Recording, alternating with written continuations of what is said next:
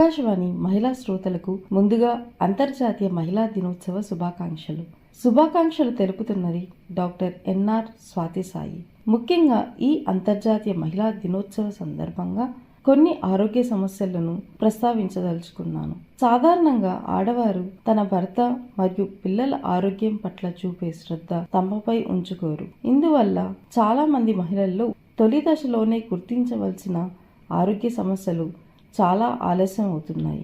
ఉదాహరణకు చాలా మంది ఆడవారిలో ఈ మధ్య తరచుగా నెలసరి సమయంలో అధిక రక్తస్రావం అవ్వడం, అలానే నెలసరి సకాలంలో రాకపోవడం, థైరాయిడ్, రక్తహీనత, calcium deficiency, vitamin B12 deficiency, vitamin D3 deficiency, రొమ్ము క్యాన్సర్, అలానే దీర్ఘకాలికమైన సమస్యలైనటువంటి బీపీ, షుగర్, ఊబకాయం వంటి ఎన్నో ఆరోగ్య సమస్యలతో బాధపడుతున్నారు.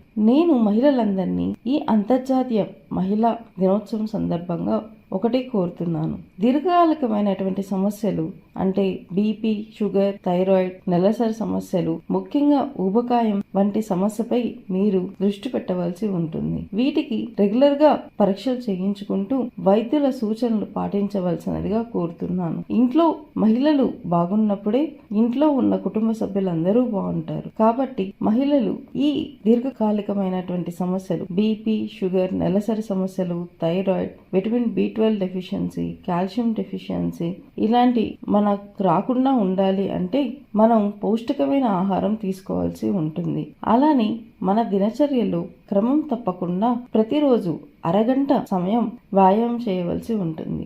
ఈ మానసిక దృఢత్వం కోసం యోగా మరియు మెడిటేషన్ ఎంతో సహాయపడతాయి. కాబట్టి వీటిని కూడా మన జీవితంలో భాగం చేసుకోవాల్సి ఉంటుంది.